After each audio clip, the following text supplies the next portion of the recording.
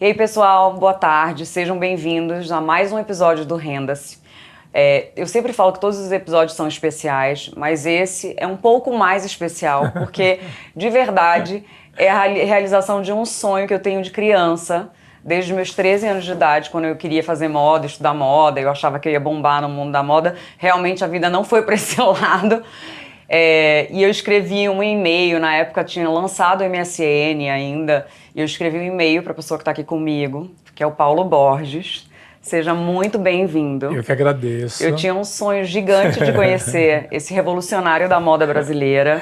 E quem diria que hoje, depois de anos, não vamos contar a quantidade de anos, eu estaria sentada aqui com você. E não viu o seu e-mail, né? Não vi o seu e-mail, não tem problema, mas a vida faz as coisas, né? Eu falo para todo mundo, não me mande e-mail, eu não vejo e-mail.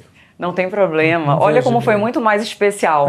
Hoje a gente trabalhou junto, né, num projeto, e você está aqui sentado na minha frente, topou estar aqui comigo. Um prazer. E para mim é um presente gigantesco. Sou muito grata. Obrigada. Eu que agradeço, viu? Paulo, queria saber hoje como você chega aqui no Renda-se. Olha, eu moro próximo, então eu vim a pé. Oh. Né? Voltei a morar em São Paulo tem 2 anos, 2 anos e pouquinho. E eu fiquei 13 anos morando num sítio, que é um condomínio de sítio fora de São Paulo. Tá. Então eu me desabituei muito, tem coisas de São Paulo que eu não conheço mais, né? Engraçado, a cidade muda muito, a geografia, os hotspots da cidade mudam.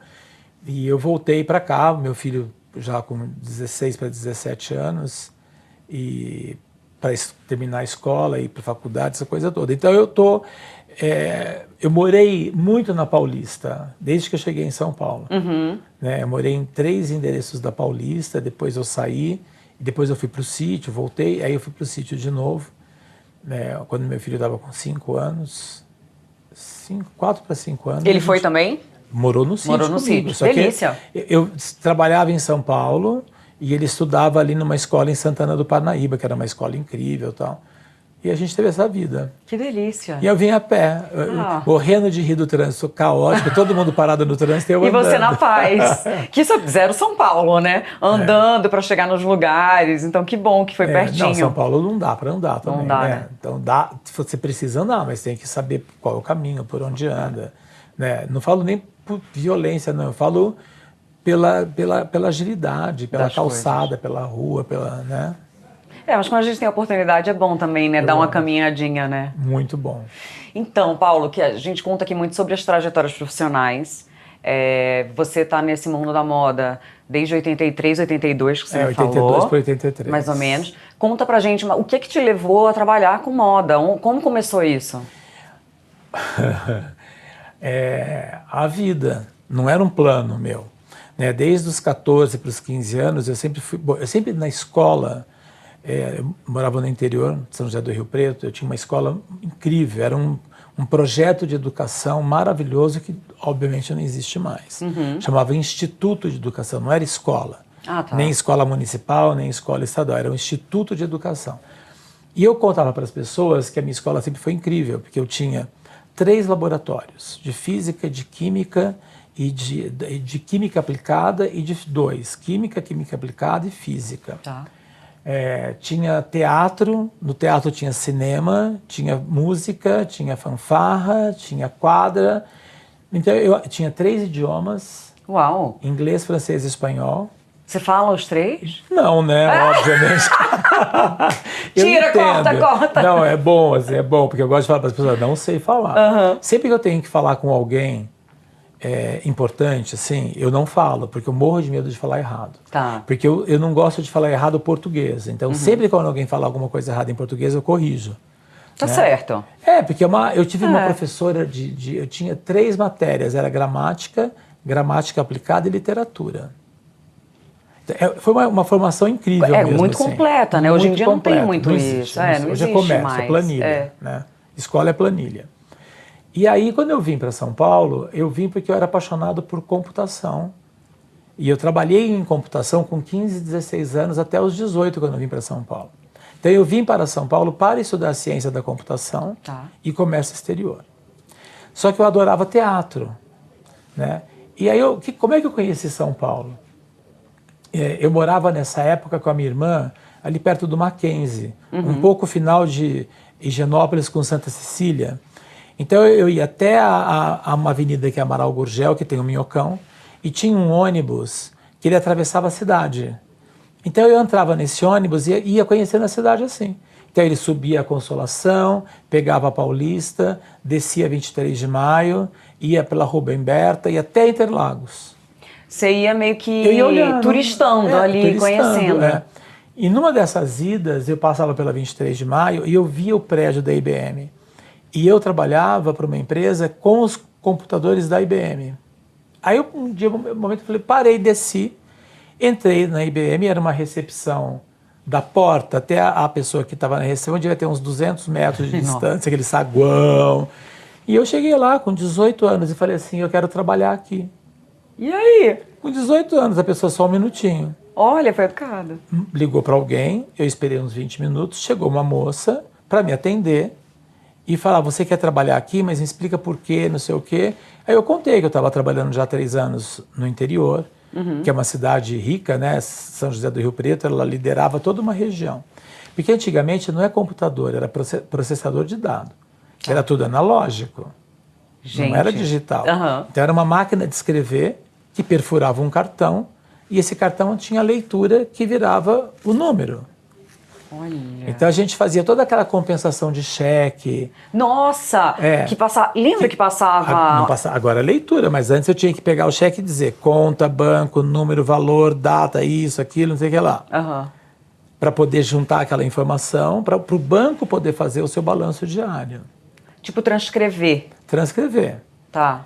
E aí eu peguei, ela, uma semana depois eles falaram, vai em tal endereço. Ela falou assim, olha, a IBM não contrata, mas a IBM tem as empresas que trabalham com os seus computadores e a gente precisa de gente que saiba trabalhar.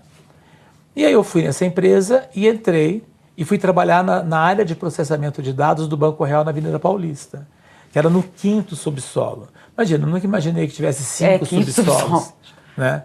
E era um andar inteiro só de máquinas de processamento de dados e computadores. E estava trabalhando ali, né? E aí eu falei, como era de noite, de madrugada, que era da meia-noite às 6 da manhã, porque era 24 horas, né? Eu peguei e falei, então eu vou estudar teatro, que eu adorava teatro. Foi a primeira vez que você entrou no mundo do teatro? Ou você já tinha estudado antes? Na infância e na adolescência, a minha cidade tem festival de teatro, tem teatros, é muito forte culturalmente, música, teatro, essa coisa toda. Então eu estudei já teatro lá, e depois eu vim para cá e falei, quero estudar teatro, né? Que eu adoro teatro, cinema. E eu fiz a Escola Macunaíma, e eu fiz com grandes professores artistas, assim. Estudei com a Miriam Muniz, que era a grande diretora de teatro, formadora de atores. E aí eu acompanhava o Antunes Filho, Zé Celso, todo aquele momento de criação do teatro dos anos 80, que era muito forte, né? Só os feras. Só fera, sim. Gerald Thomas, tudo. Eu conheci e vivi e trabalhei com todos eles, né? E aí eu me formei em teatro, atuei profissionalmente em teatro, paralelamente ao meu trabalho. Trabalhava na madrugada e durante dava para o dia... fazer. No meio desse caminho, amigos meus eram amigos da Regina Guerreiro, que era a diretora da Vogue, que era a diretora, a revista, a Anne Wintour, né? Era aquela coisa, realmente era ela, mais do que uma diaba, né? Era ela. Mais do que uma diaba, porque assim, ame ou deixe, né? Ou vai odiar, ou vai amar ou vai odiar. E tinha ela era dura na queda. Muita gente mais que odiava do que amava. Ou quem odiava respeitava, porque ela não tinha escolha. Era ela, né? E aí eu falei, mas o que eu vou fazer? Trabalhar no Vogue? Né? Não, mas ela é diretora, ela precisa te conhecer. E eu acho que ela precisa de uma pessoa como você e você vai gostar dela. Bom, foi tiro certo. Eu sentei, fiquei 2 horas esperando ela me entrevistar. Ela ficou 3 horas me entrevistando, muito mais era um interrogatório, não era uma entrevista. Era mais interrogatório. Deu medinho, assim? Então, a Ariana não tem medo, né? É ótimo, é que você é tão pai. Eu sou Áries com Áries com Áries. Então, assim, não tenho medo, não tenho culpa, não me prendo à religião, sabe? E isso também aprendi muito com uma medicina, que é uma filosofia, que é a antroposofia, né? Então, desde pequena, essa coisa de medo, de religião, de penitência, de pecado, para mim não existe isso. Que maravilha. A gente pode ter que conversar um pouquinho sobre isso também. Vamos conversar sobre isso. Bom, eu comecei a trabalhar com ela, adorei, fiquei lá 3 anos, e numa época, que quem assiste hoje, a gente aqui, não tem noção do que era anos 80. Né? Porque não tinha nada, não tinha computador, não tinha celular, nada era digital, era tudo analógico. Eu produzia a revista e não tinha equipe. Tinha ela, diretora, uma secretária, uma camareira e eu. Eu dirigia quem, então, né? Não tinha. Era eu que fazia toda a produção. Aí tinha uma pessoa que acho que escrevia não sei o quê, mas não é como hoje as redações têm. Diretor disso, editor daquilo, assistente disso, assistente daquilo. Assim, 30 pessoas numa equipe. Né, mas e as matérias e tal? De onde vinha tudo isso? Tinha pessoas que escreviam matérias, tinha correspondente. Tipo frilas, mas tudo que era produzido fotograficamente era eu. Ela que arrumava tudo, ela que mexia tudo, ela que dava quase o clique para o fotógrafo, uma pessoa genial. Mas era uma equipe mínima. Então eu andava de Kombi pela cidade e com um saco de ficha de telefone público. O que é telefone público? Ninguém sabe o que é mais. Gente, eles não sabem mais. Não Orelhão. Orelhão. Meu filho não sabe. Lembra que eu botava ficha, né? Caía, você já tinha que botar outra, porque senão caía a ligação. Você tinha, a depender da região, ela durava menos tempo ou mais tempo. Então você ficava com um saco de ficha de orelhão e aí começava a apitar e ia acabar. Você bota outra ficha. Você bota outra ficha. E na rua fazendo produção, sozinho. E aí a gente tinha um pager, que nem médico tem. Quando alguém precisava ligar para mim, ele tocava pi, pi, pi, pi, pi, pi. Tipo pager de médico, né? Aí eu parava no orelhão, falava, tocou para mim. Aí a empresa ligava para a pessoa do pager. Olha. Então mais lento, era bem né? simples. Simples e lento, é outro ritmo, muito né? Muito lento, artesanal. Né? Então eu acho que por isso que eu aprendi tudo. Né? Porque assim, vou fazer revista, vai para o estúdio, monta a luz, vê como é que faz. Não é hoje digital que você olha no computador. Você tinha que fazer uma foto, então, era sempre assim. E na época, grandes fotógrafos estavam ali começando. Miro, Duran, incrível. Trípoli, Bob Wolferson. O Bob já foi assistente. Né? Então eu vi a carreira toda do Bob surgir. E todos que surgiram depois, né? Mas tinha uma questão que era assim, você faz a luz. No digital você fica vendo, corrige, faz não sei o quê. Hoje em dia você faz milagres, né? Você faz, e sabe ali o que está acontecendo, então você consegue mudar a luz. Antigamente não, você punha a luz, punha um cenário, colocava modelo, aí você tinha uma Polaroid, você fotografava, e a Polaroid não é exatamente, então assim, tá quase bom. Vamos fazer 3 cliques. Aí tinha um filme, que era um pedaço de filme só, que fazia 3 cliques. Aí a gente tinha que pegar aquele filme, ir para o laboratório, revelar, trazer para saber se estava boa a foto. Na mesma hora ali? Ali, estava tudo parado esperando. Aí você ia lá e olhava na lupinha. Não, revelava mesmo. Ia para o laboratório, revelava o filme e trazia. Gente. Para ver se estava certo. Aí shooting fazia. Durava um dia, como dura hoje? Uma não, semana. Então, porque o timing uma não semana. bate. Quando a gente fazia Vogue Coleções, eram 10 dias dentro de um estúdio. Deus. 10 dias e 10 noites. Porque, gente, pra quem não trabalha com moda e não sabe, hoje em dia a gente faz um shooting em um dia. Às vezes 4 horas. Que rende, tipo, 15 fotos maravilhosas, né? Porque você corrige tudo ali. Antigamente era analógico total. Não tinha uma ferramenta para te ajudar, se não fosse analógica. E ali você foi aprendendo sobre luz, sobre tudo com as pessoas que iam pessoas entrando incríveis, com você. Óbvio, né? você Então, teve os melhores. Eu vi a Regina fazer tudo. Eu fiz vários editoriais, né, incríveis com ela. Aí eu aprendi a produzir, fazer cenário, checar a produção, planejamento. Entendia qual era a necessidade do fotógrafo. Então eu fui aprendendo luz. Né? Eu vi o Miro fazer a luz, eu ia olhando para aquilo e aprendendo. O Bob, o Duran, o Trípoli, né? Não sou fotógrafo e entendo de luz. Você entende de luz e o que eu acho mais incrível, é que você tem um olhar né? O seu olhar é muito apurado, então assim... Isso eu aprendi com a Regina. Entendeu? Porque eu falei, você veio de um mundo tão tecnológico, no sentido assim, mais... Não é tecnológico, né? É tecnológico, né? Tecnológico analógico, mas tecnológico. Exato. Mas assim, de onde vem tanta criatividade? Porque a gente conversa e ele vai surgindo ideia uma atrás da outra. Eu fico, gente, que eu de onde aprendi, vem? as pessoas falam assim, o que você estudou depois disso? Nada. Nada. Eu cheguei naquele momento e falei, e agora? O que eu vou estudar? Foi a vida, né? E assim, eu não quero ser estilista, não quero ser jornalista, não tenho talento para fotógrafo, porque eu já tinha feito faculdade de ator e fiz uma peça com grandes atores em cena. E eu falei, gente, não é para mim. Que eu acho a coisa mais... Eu falo até hoje para as pessoas, quando as pessoas... Eu estou numa faculdade de moda, eu falo assim, você tem paixão? Se você tiver paixão, você fica. Se você não tiver paixão, não continue, adianta, porque não vai dar certo. Então eu estudei teatro 3 anos, 4 anos, me profissionalizei como ator, fiz teatro 1 ano e falei, não é para mim. Né? E a gente tem que ter essa humildade, né, de aceitar. Não é nem se é humildade, viu? É inteligência. Verdade. É inteligência. Né? É de você chegar e falar assim, não, eu não sei fazer isso. Eu até estou vendo como é, eu sei tecnicamente fazer. Por exemplo, eu via o Miro fazer, eu via o Duran fazer, o Bob fazer, o Trípoli fazer, a Regina fazer, mas aquilo me deu bagagem. Tá. Né? Por exemplo, tanto que depois de um tempo eu saí da Vogue porque eu não queria fazer revista, mas eu já tinha aprendido tudo.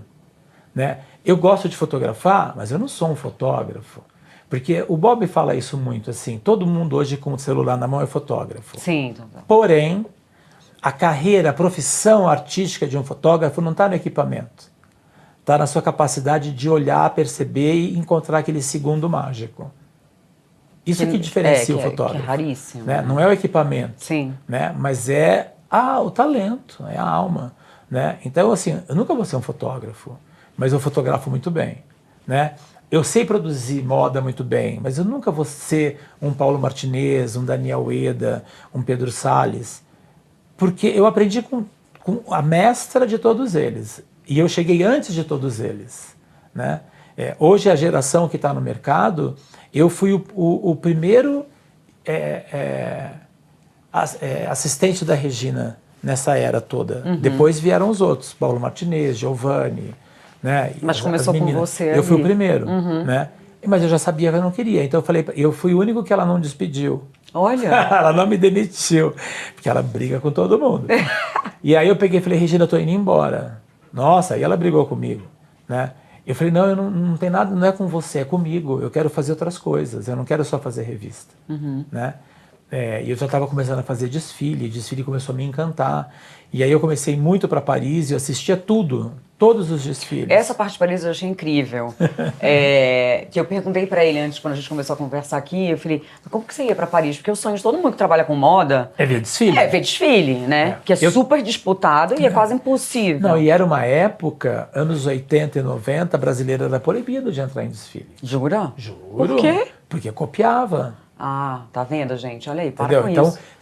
não entrava. Eles tiravam de dentro da sala se descobrisse que você era brasileiro. Ai, que horror.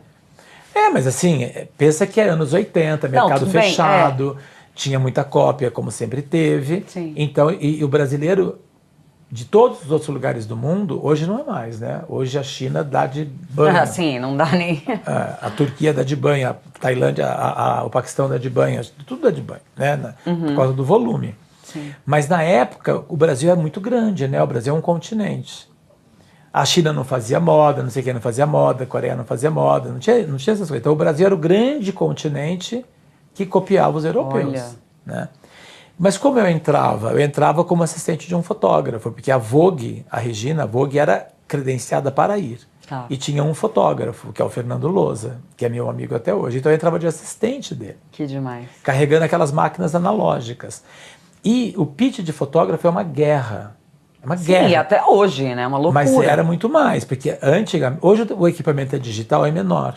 Você não tem que ficar trocando filme. Antes você tinha lente, tinha que trocar lente, mexer no filme. Então era um empurra-empurra. Eu vi brigas de fotógrafo jogar tripé na cabeça de outro fotógrafo. Era uma loucura. E os fotógrafos, eles eram muito unidos. Olha. Muito unidos. Então eu já fui para um desfile que o desfile teve que ser cancelado porque os fotógrafos fizeram greve e não entraram para fotografar. Por quê? Porque tinha 2 fotógrafos que não foram credenciados. E que eles queriam que fossem. E nenhum fotógrafo entrou. Olha. Então era muito, isso anos 80, né? Qual foi o seu primeiro desfile? Você lembra? Nossa, eu acho que foi Montaná. E aí, deve dar uma Não, você sabe emocionante. Que sempre foi emocionante. Dá um friozinho na barriga, eu vi não dá? Eu vi tudo que você possa imaginar, todos os desfiles que você possa imaginar. Que máximo. Quase tudo, né? E 5 minutos depois que eu estava numa sala de desfile, eu já não prestava mais atenção na roupa. E você prestava atenção em quê? Eu olhava quantas lâmpadas tinha na passarela, quantas modelos estavam desfilando, quantas modelos tinham ao mesmo tempo, quem eram aquelas pessoas que sentavam na primeira fila que eu via todo dia. Então foi assim que eu fui observando, eu falei, por que o pitch de fotógrafo está aqui? Quem que entra aqui? Quem que está no céu? Eu comecei a perceber tudo, né? E antigamente, em Paris, era tudo no Louvre, no Carré do Louvre. Então você tinha 3 tendas. Eram 3 tendas e uma tenda que era um café. A sala de imprensa era desse tamanho aqui. Gente, hoje... Né? Não tinha essa... Era muito diferente. E aí começou a ter desfiles fora, né? E o Gaultier fez muito desfiles pela cidade, o Mugler. Foi o Gaultier que começou a fazer desfiles fora? Fora? Porque o dele era tão teatral, né? Era tudo tão diferente. Mas eles faziam isso dentro da tenda. Faziam? Hoje o que se faz, não consegue mais se fazer na tenda, mas agora tem salas, né? Eles construíram salas e que no final as pessoas usam pouco. Porque querem se diferenciar cada vez mais, uma experiência diferente, né? Mas também tem uma coisa assim, hoje, quando você pensa em Paris, você pensa o quê? Em 20, 30 nomes. Tem 160. Onde estão os outros 130? A gente não sabe. Não aparece na mídia, não aparece em lugar nenhum, porque não tem destaque. A mídia se ocupa desses 20 nomes mais importantes. Então não é que você está no calendário de Paris que vai mudar a tua vida. Né? Você tem que ter um network muito poderoso. Sim. Né? Porque vai do comprador ao PR, não sei o quê. Não é simples. E não só Paris, né, gente? Eu acho que vale Milão isso para Nova York. Nova York não. Não? Nova York pagou, entrou. Olha. Americano, né? Americano. Tudo é... Você quer um horário no line-up? $5.000. Você quer a sala grande? $30.000. 50. Quer a sala pequena? 15. Por 3 horas. Você quer ficar 6 horas usando a sala? Custa tanto. Mas não tem o glamour de Paris e Milão, né? Não, Nova York se reduziu a 4 dias agora, né? E tem essa discussão mesmo da importância de Nova York nesse eixo. E não sei eu acho legal dizer o seguinte, o circuito antigamente era Londres, começava, Milão e Paris. Era isso. Tá? E eu assistindo aquilo tudo lá. Eu falei, eu tenho que fazer isso em São Paulo, eu tenho que fazer isso no Brasil. Por que isso não tem no Brasil? Né? E matutando isso, desde os anos 80. Quando a gente lançou o São Paulo Fashion Week, que ele foi lançado em 95 e começou em 96. Quando a gente lançou, Nova York tinha feito 1 ou 2 anos antes que Nova York começou. Aí Nova York era a última semana. Então você ia para Londres, Milão, Paris e Nova York. A Anne Wintour, que é a Anne Wintour já há 4 décadas... Não sai dali, né? Não sai dali, cada vez ela tem mais poder. Ela é inglesa, mas ela cuida da Vogue Mundial, mas a Vogue América. Sim. Que é a revista mais importante, aquela coisa toda. E aí tinha uma reclamação das marcas que desfilavam ou que tinham seus showrooms, que quando os compradores chegavam ali por último não tinha mais budget. Porque vai em Londres, compra que era tudo mais moderno. Chega em Milão, compra que era glamuroso. Chega em Paris, que era aquela moda absurda. Chegava em Nova York, com a moda do dia a dia, primeiro não tinha budget. Era ready to wear, né? Não tinha budget e não era mais aquela coisa que as pessoas queriam comprar. Aí a Anne Wintour, o que ela fez? Vamos mudar esse calendário. Nova York vai começar. E ela mudou o calendário. E ela tinha esse poder, isso é muito louco, esse poder. Uma pessoa só. Aí Nova York começou a abrir, emenda para... Não tem folga. Começa Nova York, começa Londres, começa Milão, e no último dia de Milão já tem Paris. Só para explicar para as pessoas que estão ouvindo, os designers não se repetem, né? Não, cada semana é uma marca, né? Nos Estados Unidos são marcas americanas, ou internacionais. E eles tentaram levar McQueen, tentaram levar marcas para lá. O próprio Marc Jacobs desfilava lá, né, que é de lá. Não deu certo. Não deu certo. Né? Mas Londres hoje ela é vista como aquele lugar o mais criativo de vanguarda. Tá. Né? Então muita gente criativa sai dali. McQueen, a maioria, Galliano, né? Um monte de gente saiu dali. Sim. Né? Vivienne, né? Maravilhoso. Tudo ali. Aí Milão é aquela moda chique, com um toque bem sensual sempre, né? Aquele chique, sofisticado. Né? Sofisticado. E Paris é moda, cultura de moda, alta costura, é aquela loucura que nunca vai ter nada igual, né? E nessa confusão toda que a gente tinha lançado o São Paulo Fashion Week, então como que a gente fazia?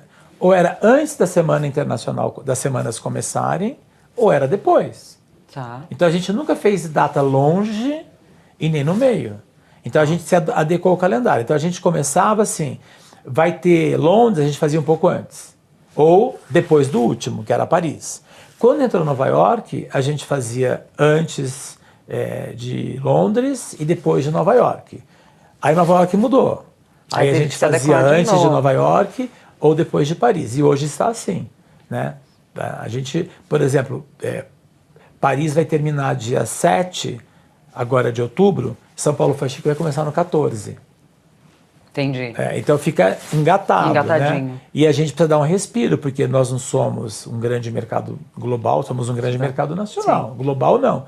E esse povo está há 30 dias... Trabalhando loucamente. Trabalhando fora de casa. Não, e tem aquela coisa, né? Parece que é tudo um glamour.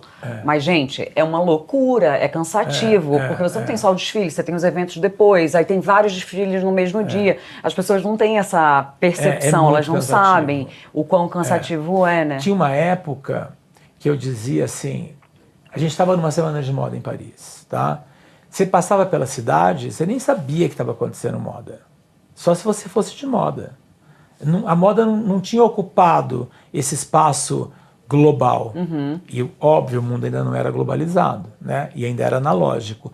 Hoje, você vai para Paris, vai para Milão, vai para Londres, todo mundo na cidade sabe que está acontecendo a Semana de Moda. Sim, que além de acontecer assim, aquilo ali move a economia de uma forma gigantesca também, e dá né? uma visibilidade hoje muito transversal que antigamente não, né? Antes você fazia uma semana de moda, era para jornalista e comprador.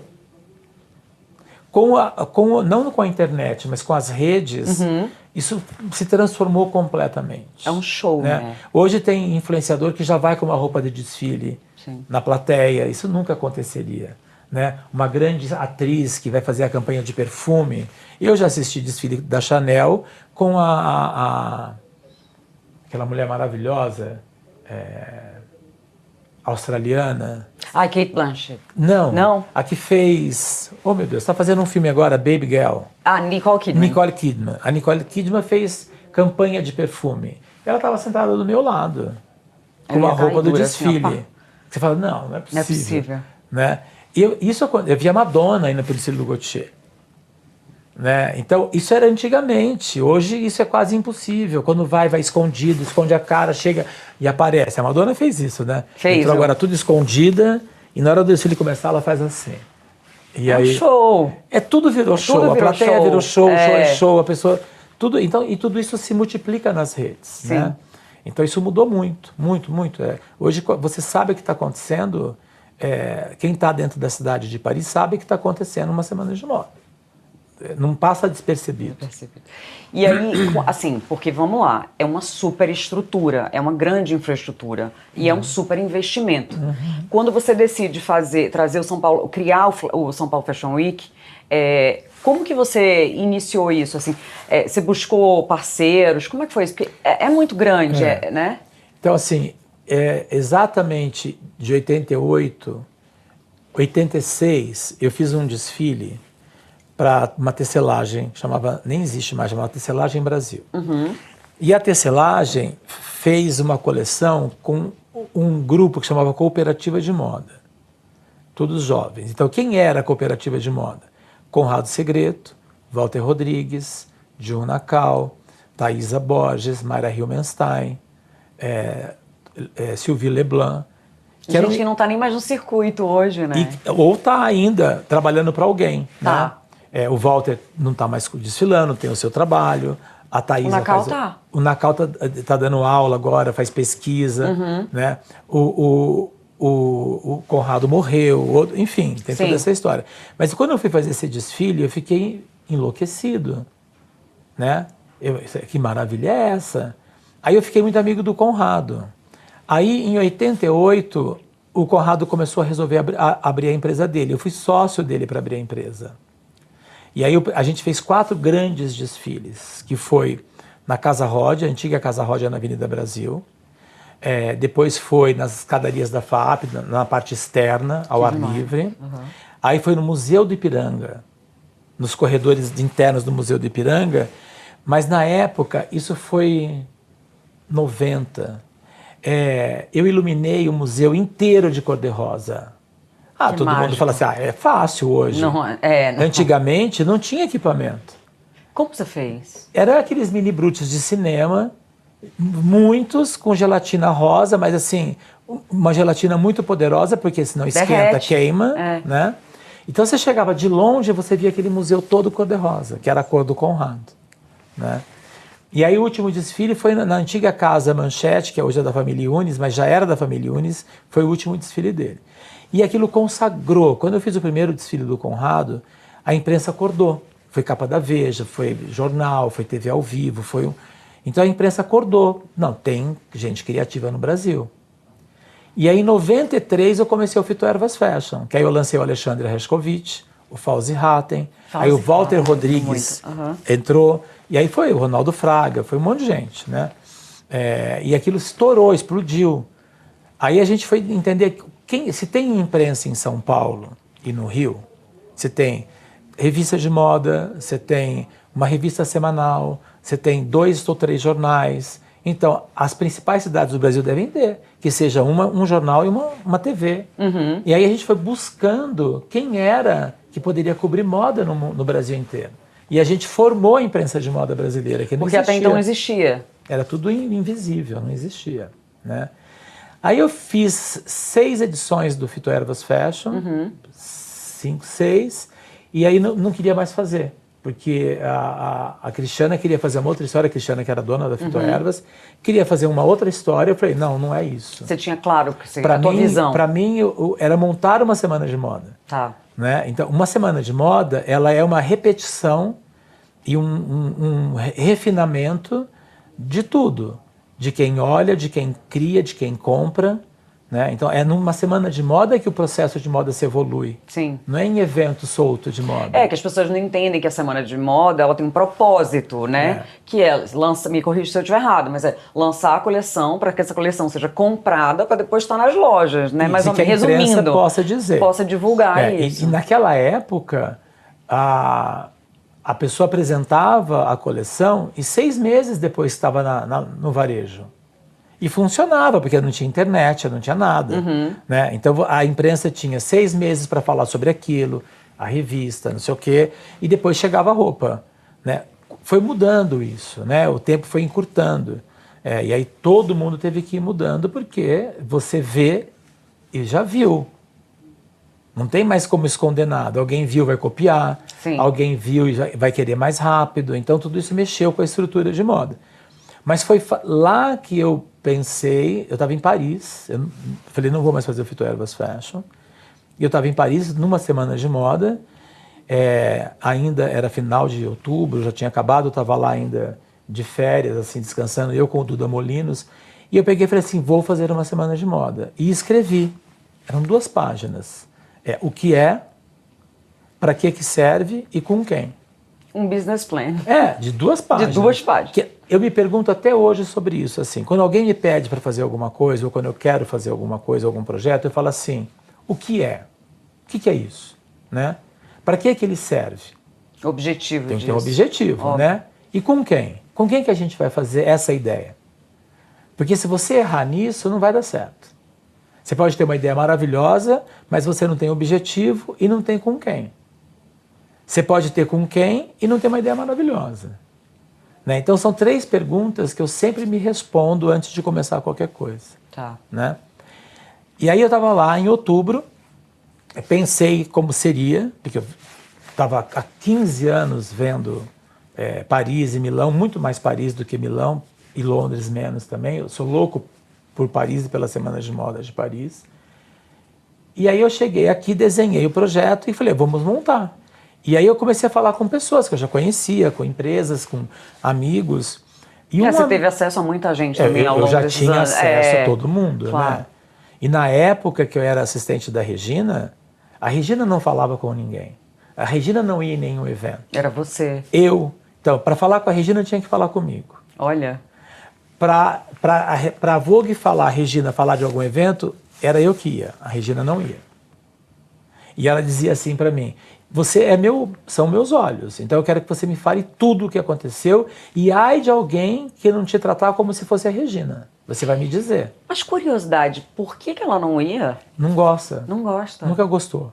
Mas ela era apaixonada pela moda, ponto. Apaixonada pela moda, extremamente rígida, e ela não queria estar em contato com pessoas, porque ela tinha tanto poder que ela não queria...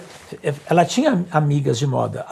A Maria Cândida era super amiga da Regina. Uhum. A Clorosco era super amiga da Regina. Mas a Maria Cândida, da Maria Bonita, era mais amiga da Regina.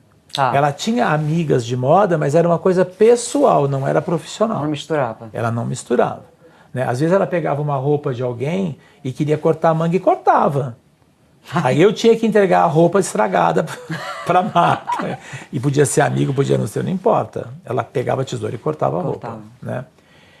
Aí eu peguei, vou fazer. E comecei a falar com as pessoas. E aí eu tenho um grande amigo até hoje, que é o Eli, que é dono da Mega. Uhum.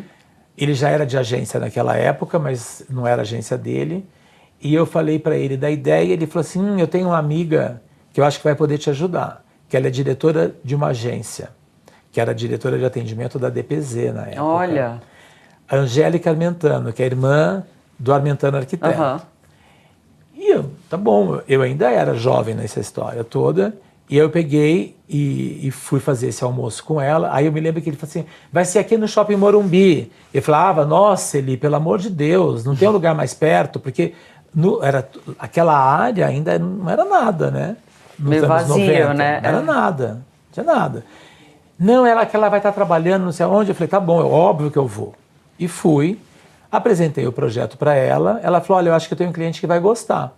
Uma semana depois ela me liga e marca a reunião no marketing do Shopping Morumbi. Olha. Por isso que ela estava lá, quando eu fui fazer o almoço com ela. Apresentei para o Shopping Morumbi e ele falou, não venda para ninguém, é todo para nós.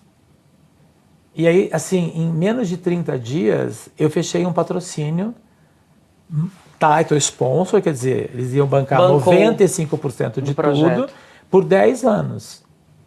E aí nasceu. 10 anos. Só que eu cortei o contrato na metade. Tá. Eu não quis mais, né? Porque chegou um momento, porque assim, sempre foi calendário oficial da moda brasileira, né? E ninguém falava, porque era assim, Morumbi Fashion Brasil, não, Morumbi Fashion é o calendário oficial da moda brasileira. Só que a imprensa, porque já vinha gringo assistir, a imprensa dizia São Paulo Fashion Week. Ah, tá. Né? Não dizia, como é Morumbi. Paris Fashion Week, Sim. London Fashion Week, New York Fashion Week. Então a imprensa falava São Paulo Fashion Week. Isso foi pegando uma força tão grande nesses primeiros 4 anos que a gente falou, gente, temos que mudar. Tem que ser institucional. Isso deve ter incomodado também o pessoal do shopping, não? Não, porque assim, porque estava lá, todo mundo sabia que o grande patrocinador, o grande fomentador eram eles, enfim. Mas a imprensa dizia pouco, não falava sobre isso, né? E quando a gente entendeu a demanda de São Paulo Fashion Week, então eu falo que quem criou a marca foi a imprensa, não foi a gente, né? E eu falei assim, tem que ser São Paulo Fashion Week. Aí a gente se reuniu, eu convidei o Giovanni Bianco para fazer a primeira logomarca do São Paulo Fashion Week. A primeira forma de escrever tudo foi o Giovanni que fez. O brand book. Muito talentoso, né? Muito talentoso. E aí eu convidei o Isai Weinfeld, que é um super arquiteto, para implantar o que seria o conceito do São Paulo Fashion Week dentro do prédio da Bienal.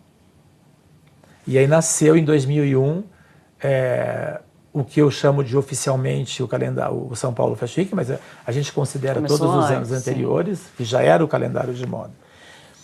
E isso foi acontecendo. É tão engraçado que as pessoas falavam assim para mim, para que serve? Porque aí a gente já tinha trazido imprensa de tudo, televisão, cultura, economia, porque a moda era vista no caderno feminino. Sim. Moda não ocupava os cadernos de um jornal, ou páginas de uma revista que não fosse de moda, né? Então, eu fui capa da Veja São Paulo 3 vezes, né? Todo mundo começou a cobrir São Paulo Fashion Week. Os Mãe, jornais... fica com orgulho, fala sério. Não, eu juro, me emociona, real, estar aqui na sua frente, juro. De verdade. Você sabe que eu vou pular. Eu também estou muito emocionado nesse último ano, porque vai ter, como eu te falei, uma série documental sobre a minha vida, né? Conta sobre isso. Conta tudo, né? E a gente tem imagem de tudo. Que incrível. Eu descubro cada dia que as pessoas não guardam memória. Então, quando fala brasileiro não tem memória, é porque as pessoas não guardam as suas memórias. Ninguém tem. Você foi guardando tudo. A gente guardou tudo, né? Assim, eu não. Quem trabalhava comigo, porque assim, eu tenho pessoas que trabalham comigo há 30 anos. As mesmas pessoas com você no seu Porque time. a única maneira de você ter memória é assim. É assim. Então, essa minha insistência de ter uma equipe que construía o processo e construía a memória me acompanhou até hoje, me acompanha até hoje, né? Então, a gente tem em lugares separados toda a história contada. E aí a gente vendo as coisas, é uma coisa impressionante. Eu acho que as pessoas vão ficar loucas, porque eu tenho a Gisele bebezinha. Que incrível. Quando a Gisele foi participar do concurso, eu era o presidente do júri. Quando a Gisele começou a desfilar, a gente tem ela ali. A Gisele virou Gisele quando ela fez um desfile para a Zump, que ela era protagonista e virou a campanha da Zump. E aí todo mundo começou a ver a Gisele. E aí a Zump convidou Mário Testino para vir fazer.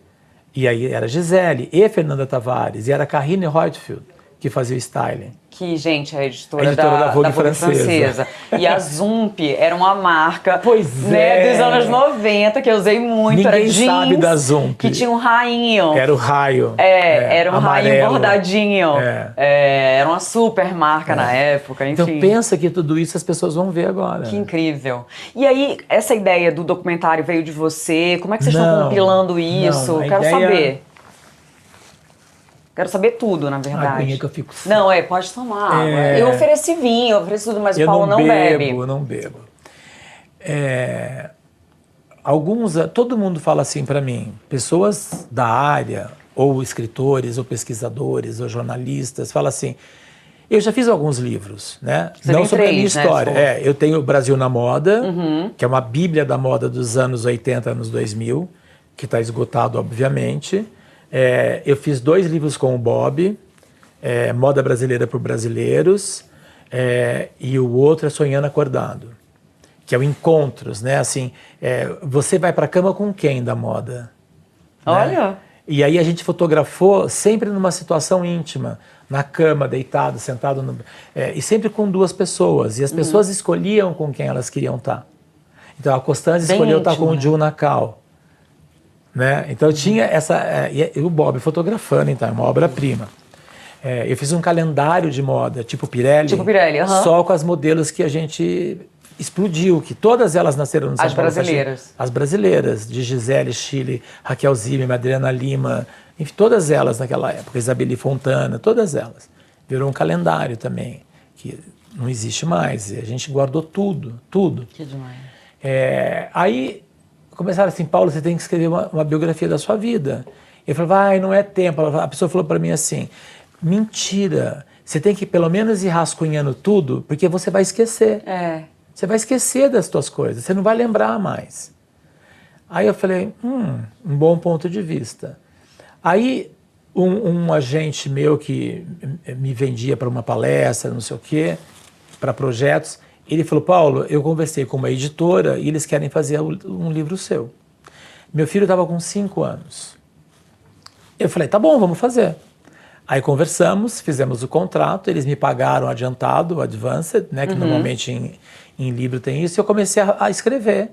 eu ia fazer todos os capítulos e um ghostwriter ia terminar, um jornalista ia... Mas toda a sinopse, todas as histórias são minhas.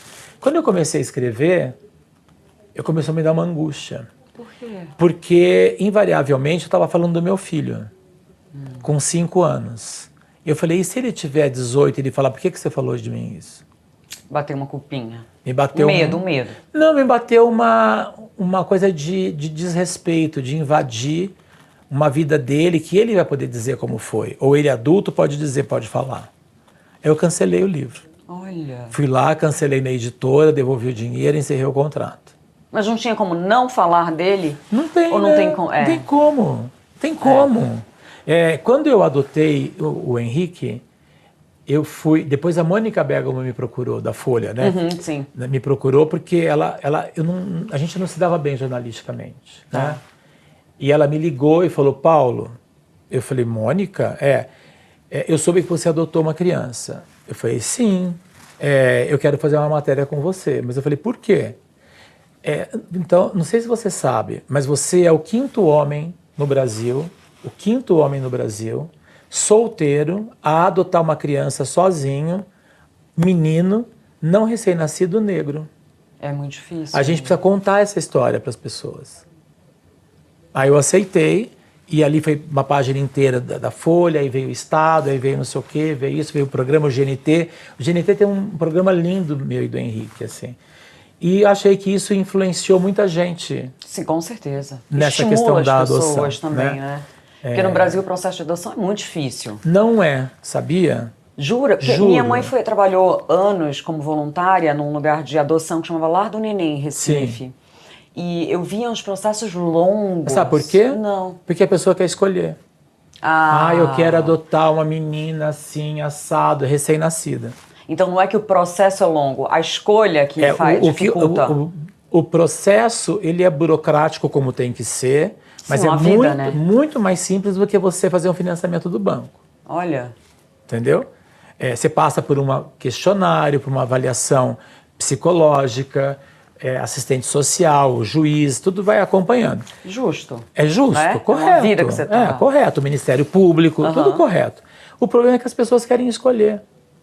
Né? Então, quando eu de repente falei assim, eu quero adotar, mas o que você quer? Eu falei, como assim? Você quer adotar, o que você quer? Eu quero um menino. Menina não, eu quero um menino. E não quero recém-nascido. E eu quero um menino afrodescendente, preto. Aí a pessoa riu para mim. Eu falei, por que você está rindo? Eu falei, Paulo, o que você quer, ninguém quer. Ai, gente. Ninguém quer. E é o que mais tem, né? É o que mais tem. Né? Eu acho que 70%, 80% das crianças são pretas. Sim. Em adoção. E como ninguém quer, elas vão crescendo. E elas só podem ficar num abrigo até os 18 anos. Tem que sair. Sair para o mundo. Sair para o mundo. E com a cicatriz da rejeição. Sim. Né? E fora isso, né, que quando eu fiquei ali no processo de adoção, eu fui sabendo de histórias, tem crianças que são devolvidas. A família pega... Fica um pouco e devolve, falar assim, essa menina é impossível. Como assim essa menina é impossível? É uma criança. Você que é impossível. Como é que você quer abraçar uma pessoa para chamar de filha e você fala, é impossível? Se fosse então, você quer uma boneca. Supostamente seu, você não ia fazer isso, né? Engraçado, me veio uma coisa agora, essa febre desse bebê de plástico. Gente, não estou entendendo isso. Eu tô com nojo dessa história. É porque essas pessoas compram um bebê para parecer que é real, tem roupinha, fraldinha, não sei o quezinho, isso, aquilo, não sei o quê, e fazem encontros no parque. Mas as pessoas não estão bem da cabeça, né, Paulo? Não estão bem da cabeça Gente, mesmo. Esse bebê chama Reborn. Reborn. Eu fui criada nos Estados Unidos, então esse bebê, eles davam pra gente na escola, numa aula que chama Home Ec, que é Home Economics, e eles te davam esse bebê para te ensinar como seria cuidar de um filho mais tarde. Sim. É tipo uma base para isso. As pessoas hoje em dia usam... Para diversão. Gente, é uma loucura. Agora, não basta essa loucura do cachorro que tem psicólogo, tem que tudo, tem né? remédio para depressão, que tem roupa... Eu tenho cachorro, mas não é assim. O meu também não. Agora, essa imitação de gente. Isso é uma loucura, eu não entendo. Mas as pessoas, isso prova claramente que as pessoas não estão bem de cabeça, acho que prova claramente que o ser humano não deu certo. Não deu certo, com certeza. Tem um erro aí que precisa ser corrigido, né? E aí eu não quis fazer o livro por causa disso, Tá. né? Por causa do meu filho, que hoje está com 19. Já é um E homem. aí eu fiz um documentário para cinema que chamava Top Models, Tá. com uma produtora de cinema. A gente lançou no cinema e contava a história de todas as top models que a gente fez, de Gisele até Geisa.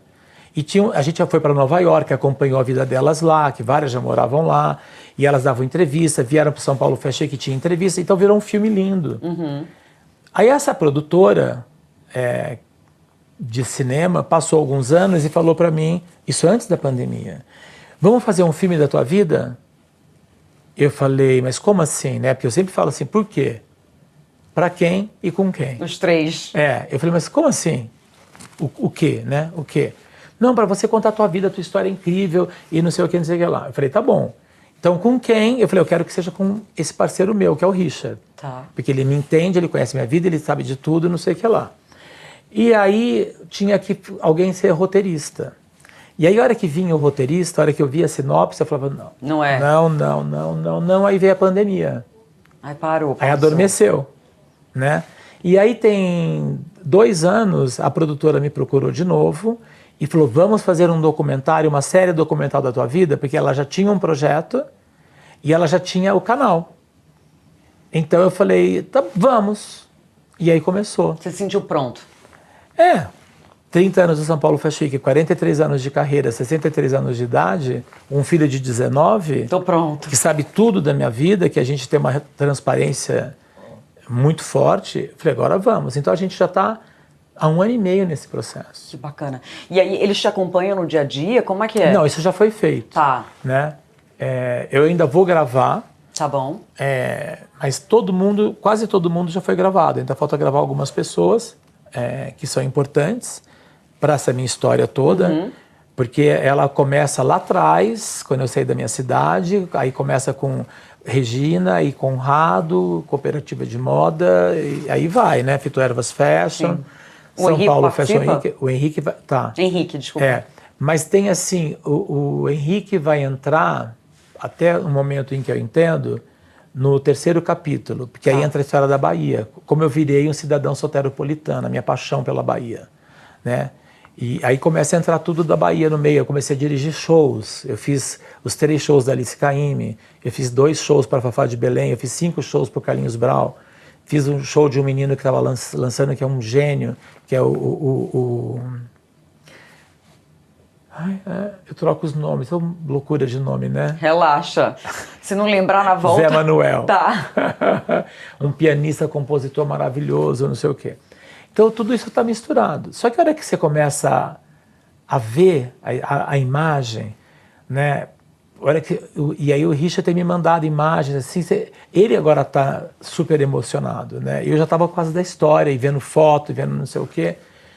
Então eu fico imaginando as pessoas que estão nessa história vendo isso. E as pessoas que não sabem o que é essa história vendo de verdade, porque não é ficção.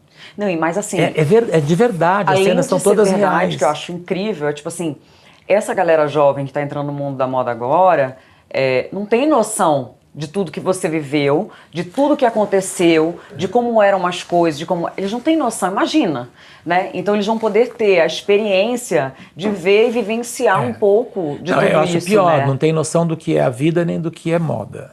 Né? Mudou, né? Hoje é tudo muito superficial, tudo muito pulverizado, tudo muito flat, né? Então a pessoa acha que ganhou like, tá feito, fez um vídeo ali que virou não sei o quê, viralizou, é isso. Eu falo que é tudo efeito do Big Brother, todo mundo vai desaparecer. Né? Você acha? O que você acha desse mundo de influência? Eu acho doente. Eu acho que é bacana, influente, acho a conexão bacana, mas tudo que sai do peso da balança é esquisito, né? E eu penso isso por uma filosofia mesmo, que é a filosofia da antroposofia. Eu quero ser como a antroposofia é estudo da vida, tá? Né? Que permite tudo, porque tudo tem que existir, positivamente e negativamente, a balança. Então, não tem dia, tem noite, não tem frio, tem calor, não tem amor, tem ódio, não tem tristeza, tem alegria, não tem fome, tem comida. O equilíbrio é que dá a vida. E a gente está se desequilibrando muito na vida, né? Está errando muito na medida de equilíbrio, né? Por várias razões, aí é um monte de coisa que foi se acumulando. E eu acho que nesse momento, cheio e raso, o raso está aqui em cima. Está tudo muito raso, né? A pessoa, eu falo do meu filho, né? Esse bendito dessa coisa de dar 3 cliques e fala assim, já sei. Hoje em dia você bota um Eu falo, mas você tem certeza que é o Google que sabe tudo para você? Porque, filho, eles colocam o que eles querem. E ele? Eu pesquisava numa Barça, enciclopédia. Eu falo assim, qual é a fonte? Sempre que ele me fala alguma coisa, qual é a fonte? Eu botei, o Google não é fonte. Isso não é fonte. Não pode ser assim. Então, olha, 5 fontes diferentes. Vê se algum veículo importante falou sobre isso, né?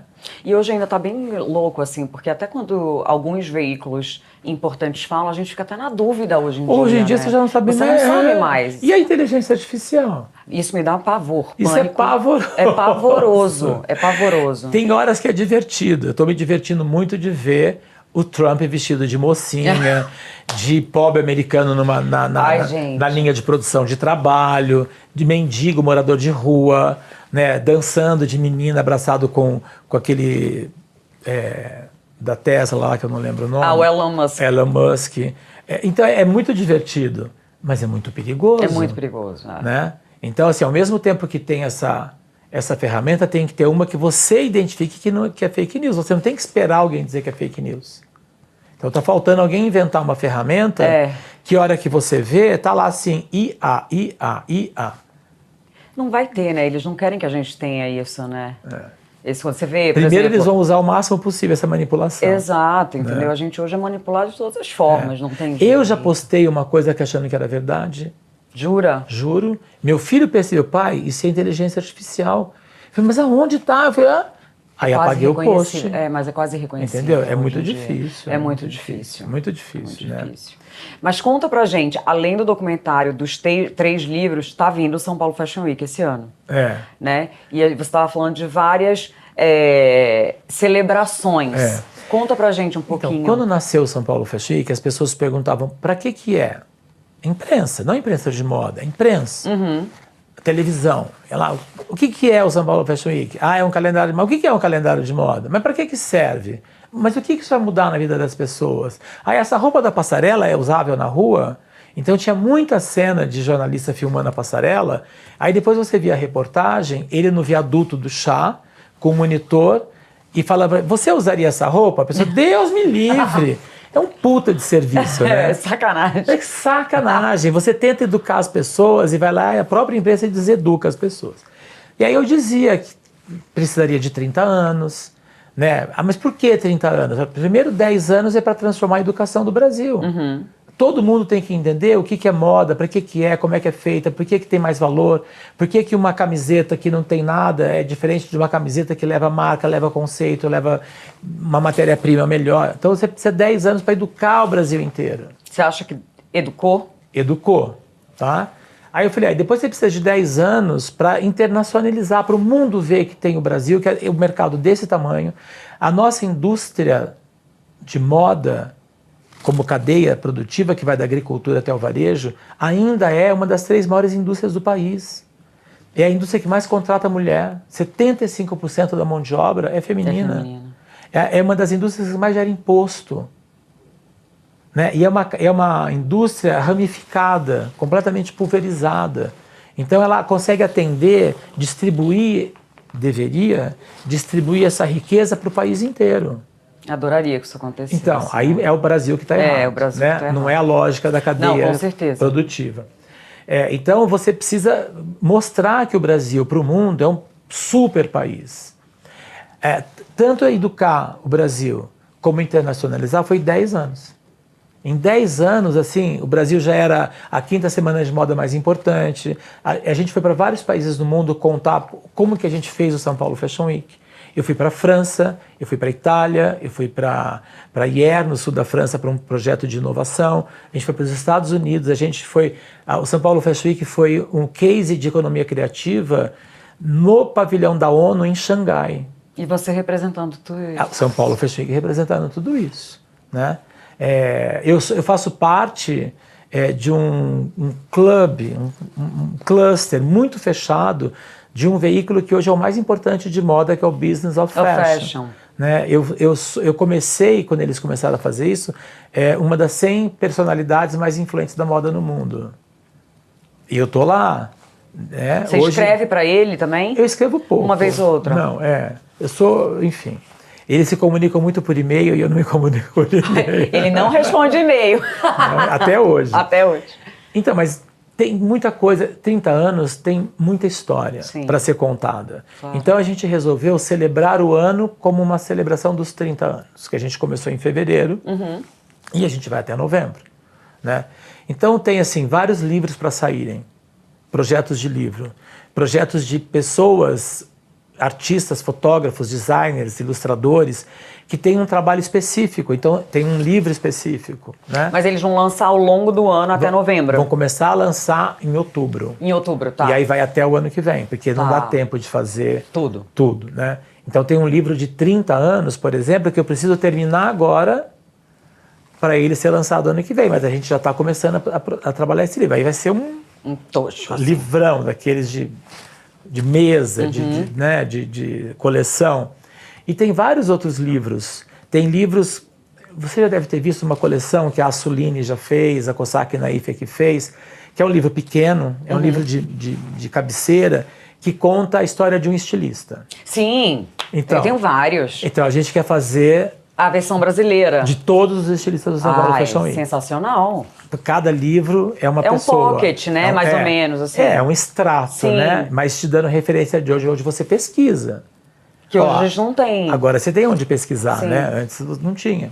Então isso vai virar um livro também, entendeu? Então a gente tem um livro que eu quero fazer, que é todos os artistas que fizeram curadoria do São Paulo Fashion Week com projetos cênicos, arquitetura, realização. E a gente tem, assim, os irmãos Campana, Daniela Thomas, Bia Lesses, Ivanfeld, Marco Karajovic, Muti Randolph, Marton, Felipe Jardim, Felipe Morosini.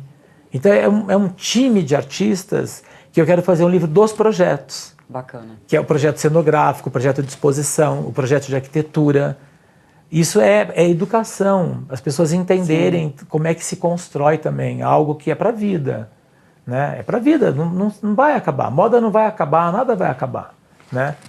E aí aí tem um documentário da minha vida que vai ser lançado. Sim. Vai lançar agora, quando? Outubro também. Em outubro? O São Paulo Fashion Week é de 14 a 20 de outubro, 21 e 22 é o Guatemi Talks. Sim. E tem várias efemérides, né? Efeméride é datas importantes, né? Então são 30 anos do São Paulo Fashion Week, 30 anos da carreira da Gisele, 30 anos da Osklin, 50 anos da Vogue no Brasil, 70 anos do Parque Ibirapuera, 60 anos do Iguatemi, 50 da Glória Coelho, 15 do retorno da Aérea para o Brasil, 10 eu acho. Então tem muita data. Então quando a gente começou a falar no começo do ano de celebrar datas, eu estava falando com todo mundo ano passado, todo mundo entendeu como é importante celebrar um período de construção. Sim, então eu acho que vai ser um ano muito especial para a moda, com muita coisa acontecendo. Eu tenho reformulado o line-up do São Paulo Fashion Week, né, reorganizando curadoria. O que a gente pode esperar do São Paulo Fashion Week, assim, de diferente dos últimos anos? Eu acho que a palavra não é certa retorno, porque não está andando para trás, né? Tá. Mas é uma revisão das suas potências, né? O que foi potente para o São Paulo Fashion Week nascer em 96, nos anos 90? E eu tenho dito já há alguns anos que a gente está vivendo os anos 90 de novo, como era, né? A gente era um país fechado que abriu. Hoje o mundo abriu demais e querem fechar. Querem fechar, né? A gente vinha de uma hiperinflação e de uma instabilidade econômica. A gente está vivendo um risco, caos econômico global. Né? Então é como se o pêndulo foi... E está voltando, agora né? O pêndulo vai voltar. É cíclico, né? E vai te dar uma porrada se você não souber disso. Né? Então não tinha veículo de moda, agora tem demais. gente falando um monte de besteira. É que agora tem um monte de gente todo que não mundo virou entende de veículo, moda e todo fala mundo de cria moda. um blog, todo mundo cria um site, todo mundo cria uma revista digital. E aí todo mundo acha que sabe falar de moda, né? E antes não tinha. Então, quando não tinha nada, era ruim.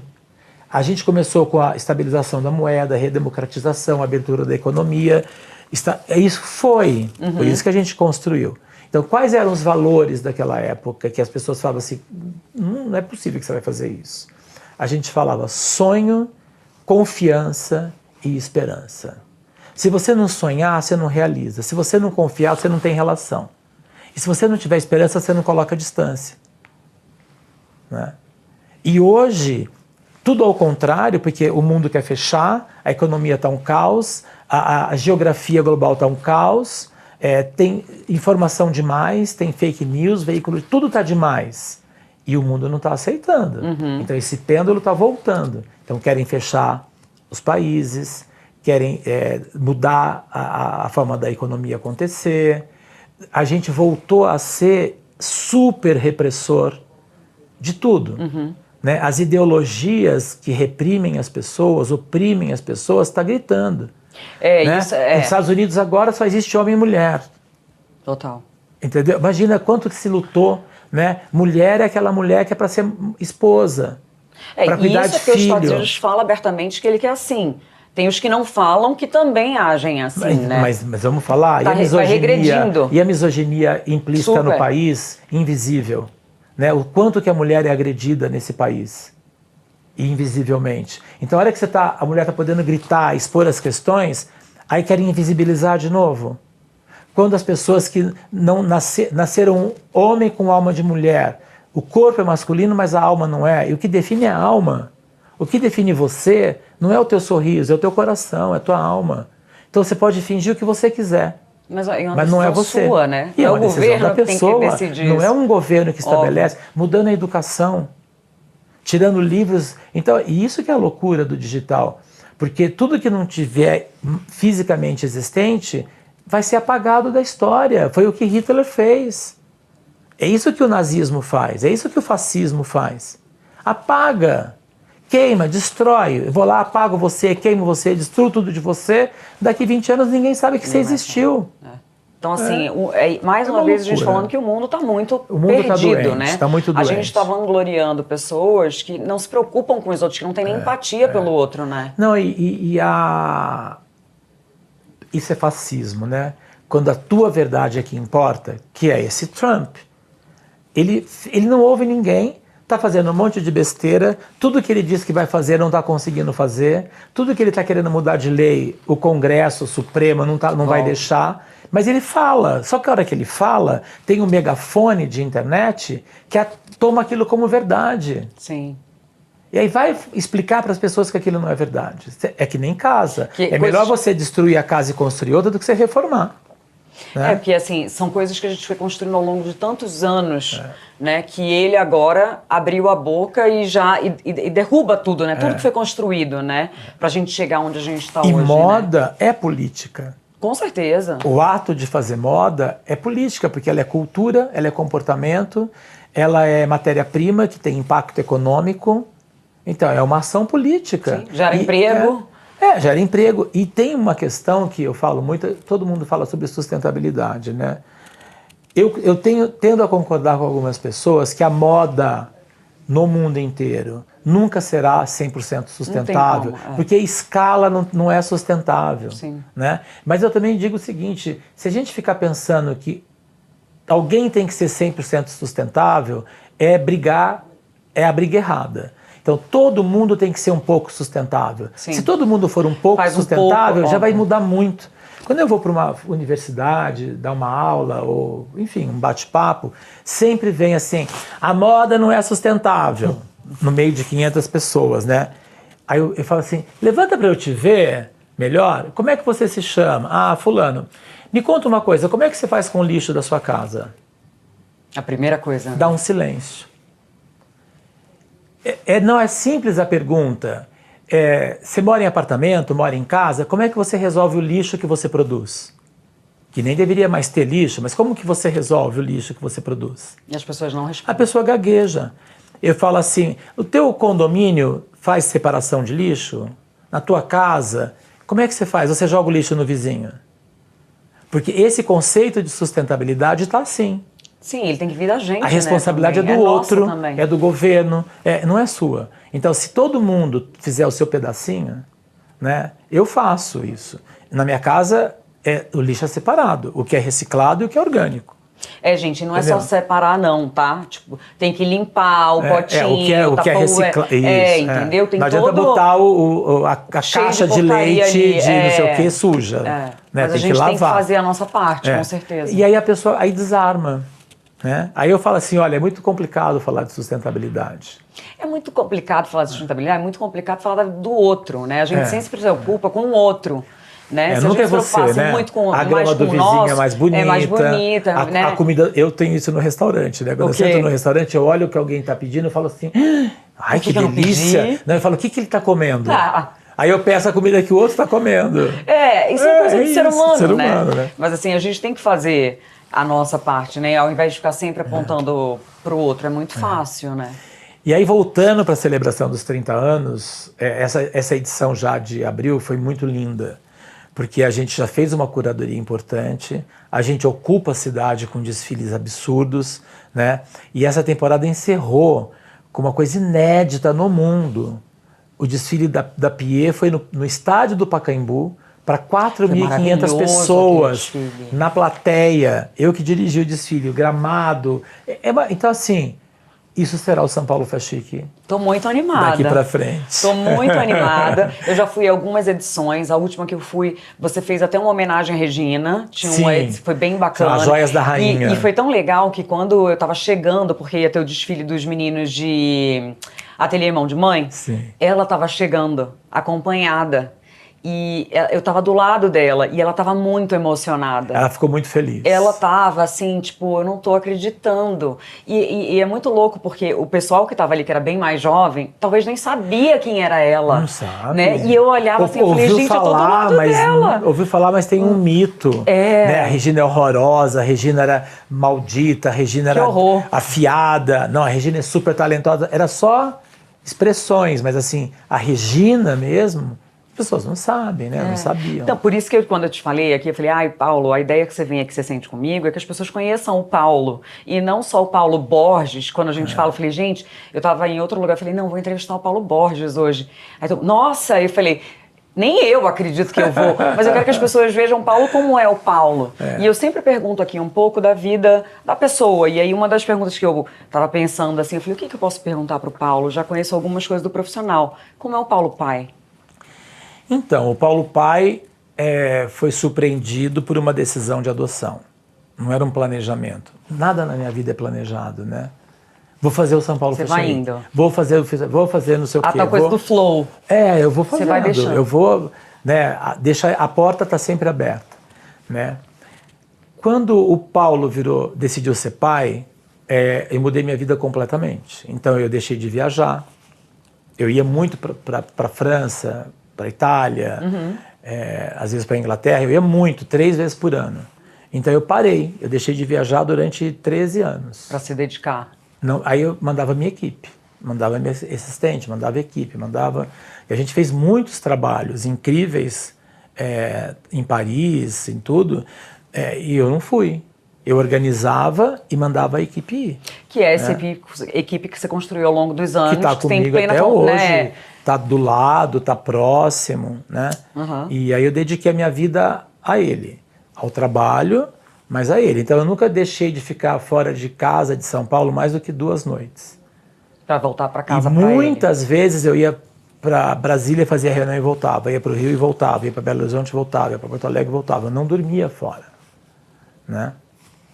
Aí chegou um momento que estava muito angustiante ficar em São Paulo e eu tinha muito medo de como educá-lo em São Paulo. Então eu comecei eu senti que eu precisava construir um campo de proteção, né?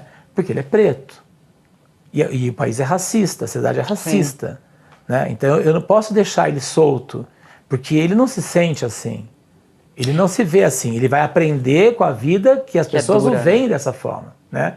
Mas ele não é. mas ele vai ver que ele vai ter que suportar isso, que é da vida dele. Então a gente foi morar, a gente tem uma casa de sítio, num condomínio de sítio, que é pela rodovia, assim, é pela Castelo Branco, então é super fácil de ir e voltar. E eu fiquei lá 13 anos, ele estudava em Santana do Parnaíba, eu levava de manhã, ia para São Paulo trabalhar, o motorista pegava à tarde e levava para casa, e eu voltava para casa. Então tinha dias que eu não vinha para São Paulo, tinha dias que eu ia e voltava. Mas foi a forma que você encontrou de blindar ele? Foi dessa uma forma maldade, mais ou menos? Mas assim, da gente ter uma vida junto também, sabe? Porque aí eu tô impondo limites, né? Sim. E ficar no mato, que eu sempre adorei. Hoje ele adora ficar em casa, adora mato, adora mar, porque a gente tem uma casa na Bahia e ele é baiano, né? E uma total noção da realidade da vida dele, né? Ele sabe tudo sobre a adoção dele. Ele voltou ao abrigo durante muitos anos. Até poucos anos atrás eu encontrei a freira que era que fez o abrigo, né? Que todas chamavam ela de Mãe Joanete. Era uma santa, aquela mulher. Eu fiquei amigo do juiz, fiquei amigo da freira, fiquei amigo da secretária do juiz. O promotor já era meu conhecido, a gente é amigo. Hoje o promotor está no STF, o juiz é desembargador. A freira morreu, tem 2 anos, faleceu. Mas a história toda ele viveu, ele sabe tudo, ele tem imagem de tudo. Ele pequeno, ele ali. Você contou desde o início? Desde o dia que eu adotei, eu conversava sobre isso. Com quantos anos ele? 1 ano e meio. Era um bebezinho. Um bebê, com fralda, elétrico. Mas ele sempre soube. E eu falava para ele assim, eu sou seu pai, é uma adoção, mas eu acredito que a gente tem uma relação de outra época, porque a nossa ligação é muito forte. Eu converso com ele, ele conversa comigo no olhar. Eu olho para ele, ele sabe o que eu estou dizendo. Ele olha para mim, eu sei o que ele está querendo dizer. E vocês são unidos até hoje? Muito, muito, muito, muito. Agora ele está com 19 anos, já está na faculdade, né? E os meus medos aumentam. Ele passou por vários momentos de racismo. Imagina. Né? Quando a gente voltou para São Paulo, mesmo eu troquei ele da escola. Mais com um pai branco. Gay e solteiro. Pai branco, gay e solteiro. Não ajudou, Paulo. Não, eu acho que por eu ser conhecido, por eu ser conhecido ajudou. Facilita, óbvio. Facilita. O fato de eu ser conhecido, as pessoas respeitam mais, né? Se eu fosse desconhecido, eu vou falar uma coisa horrorosa. Pode falar. E se eu fosse pobre, seria muito pior. Com certeza. Entendeu? A irmã da minha mãe, minha tia Regina, ela tem 3 filhos adotivos. E o primeiro, preto também, e minha tia loura, com marido branco também, em Recife isso. Ele sofreu muito também. E logo depois de 2 anos de adotado, eles descobriram uma paralisia nele. Então, pior ainda. Depois ela adotou mais 2. Então, assim, eu vivi isso na pele, porque a gente vivia muito junto. E o ser humano é muito cruel, né? E a criança é muito cruel. Muito cruel. E a criança é cruel porque na família dela ela aprende aquilo. Também. Ela é cruel porque ela tem exemplo. Educar é exemplo. Sim, total. Educar é a base, né, exemplo. que a gente dá. Então, se você faz alguma coisa dentro da sua casa, você está dizendo para o seu filho que aquilo é legal. Entendeu? Então, sempre para mim, a criança é reflexo da família, do ambiente que ela vive. Sim. Né? Então, sempre eu conversei isso com o Henrique, né? Sobre respeito, sobre... Aí, quando acontecia assim, eu falei, tá vendo o que ele fez? Dentro da casa dele deve ser desse jeito. E como é que ele... A gente sempre conversou muito. Eu falo assim, Henrique, às vezes com os amigos, a gente teve uma turma muito de amigos, assim, né? Umas 10 famílias. E aí se encontrava, aí uma das crianças começava a falar com a mãe de uma maneira, aí eu olhava para ele, olhou para mim, né? Ele vinha para mim assim, nossa, se eu fizesse isso com você, né? Eu falei, se você fizesse isso comigo, você não estava mais aqui, né? Você sabe. Então, só de olhar. Isso é educação. É educação. Entendeu? E educar é difícil. É base. Né? Assim, tem muitos pais, eu não sou mãe, enfim, mas eu vejo pelos meus pais, a dedicação dos meus pais, do tempo, do cuidado, da repetição, não pode, não vai, por que não vai, explicar. É um trabalho, Educar é um sistema de repetição. Sim. E um sistema muito claro, muito transparente de postura, de crença. Não importa no que você acredita, o teu filho tem que saber o que é. Sim. Né? Ele tem que ter confiança, ele pode até depois não gostar. E não concordar também. E não concordar, né? O que é ótimo. Porque a gente tem que criar os filhos para o mundo, né? O filho é pro mundo, não é para ficar comigo, né? E então essa é a vida do Paulo pai, né? Que eu acho que influenciou um monte de gente a adotar, muita gente E eu espero que influencie muito mais. Eu nunca sonhei ser mãe, mas já tô com 41, não sei se isso vai acontecer. Mas se eu encontrasse alguém, eu adoraria adotar uma criança. E eu não sei se eu teria coragem de adotar sozinha. E você sabe Sendo bem honesta. Então, mas para mim foi uma coisa. Eu tinha um namorado antes, e ele falava assim: a gente tem que ter um filho, eu quero ter um filho, vamos ter um filho, vamos adotar. Ele começou a falar tanto disso para mim, aí eu comecei a pensar a família dele, a família dos mais amigos dele. E eu falei: eu não posso, meu filho, conviver com isso. Aí eu terminei o namoro. E aí você seguiu carreira solo de pai? Não, eu não tinha nada dessa coisa de adoção. A minha adoção aconteceu sem programação. Né? Eu terminei com ele porque eu falei: ele vai querer muito ter filho? Eu falo: não vai ser comigo, então vamos terminar. Porque, né, você vai encontrar alguém que queira adotar junto. Né? E aí eu terminei. Menos de um ano eu adotei o Henrique. Olha. E aí ele brigou comigo. Óbvio, ele falou: né? você terminou comigo porque você não queria ter um filho comigo. Eu falei: Sempre a melhor coisa é a verdade. Sim, concordo. A melhor coisa é a verdade. De uma maneira não agressiva, não ofensiva, mas de verdade. Eu acho que mais do que a verdade, porque tem muita gente que não quer ouvir a verdade, eu sempre falo isso, porque eu sempre fui muito mais honesta. Minha mãe falava: você não é honesta, é mal educada, você não precisa falar tudo o que você pensa. E eu não te eduquei assim. Mas é porque as pessoas não querem, muitas vezes, ouvir a verdade, né? Eu sinto isso, pelo menos. Eu acho que tem hora que você não precisa fazer. Você pode fica aqui, você não tem que ficar apontando o dedo pra ninguém, nada, né? Até porque você não é dono da verdade. Não, com certeza. Eu digo a minha verdade, a minha, né? A minha. Mas tem horas que não dá. Acho que a comunicação com o Henrique, tudo, né? Por exemplo, com meu filho, é 100% de verdade. Eu não admito mentira. Às vezes ele tá, com a idade dele, ele tá escondendo alguma coisa de mim. Eu falo: Henrique, você tá escondendo de mim. E ele? Aí ele dá uma risada e aí conta, né? E aí eu falo assim para ele: deixa eu te falar uma coisa, eu aprendi com meus pais. O melhor lugar e mais seguro para você será sempre a sua casa. A pessoa que mais vai te proteger é o seu pai. Então, quer experimentar? Experimenta dentro de casa, seja o que for. Quer fazer alguma coisa? Traga os seus amigos para dentro de casa. Tanto que a minha casa sempre foi a casa de todos os amigos. Porque eu tenho essa postura, né? Eu acho que não é na casa que tem. Então, todos os amigos me adoram. Tio. Aí os pais deixam viajar comigo, vai para Bahia, faz não sei o quê, porque eles sabem que eu cuido, né? E eu boto regra. Então, foi para Bahia. Eu falei assim: eu quero saber o que a sua filha pode ou não fazer. Porque se você falar que pode, se eu ver, ok. Se você falar que não pode, não vai rolar. Então eu preciso saber. Então eu fazia um questionário para todos os pais. O que pode e o que não pode. Terminar ganhando a confiança deles, né? Óbvio. E aí eu não deixava. Mas o problema é que mentem, né? Ah, sim, faz parte, vai. A gente também mentiu em algum momento, né? Faz parte, tem a mentirinha. Tem a mentirinha. Que não é perigosa, mas também não é boa, mas tem a mentirinha. Mas tem a mentirinha, faz parte. E aí tem o Paulo, o Paulo humano, né? Eu demorei muito a entender por que eu virei esta pessoa na moda brasileira e internacional. Porque, convenhamos, nunca estudei.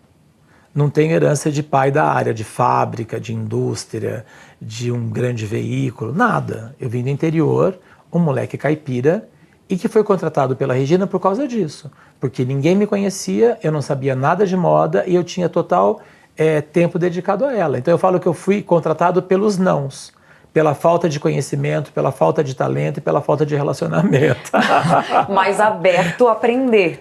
Sim, aí era uma coisa minha. Porque tem isso, não adianta a gente chegar no mundo, numa profissão, dizendo: já sei tudo, saí da faculdade, sei tudo, blá, blá. Não, tem que chegar querendo aprender. Eu me abri, eu fiquei disposto ali a aprender. Então esse é o Paulo que é curioso, o Paulo que quer saber tudo, que quer olhar para tudo, que pergunta as coisas, né, que ouve. Eu muito mais ouço do que falo, né? Mas tudo para mim vai criando raciocínio, né? Eu crio um raciocínio.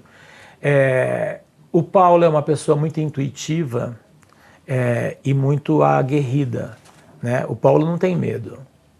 Você falou isso no início. O Paulo não tem culpa de nada.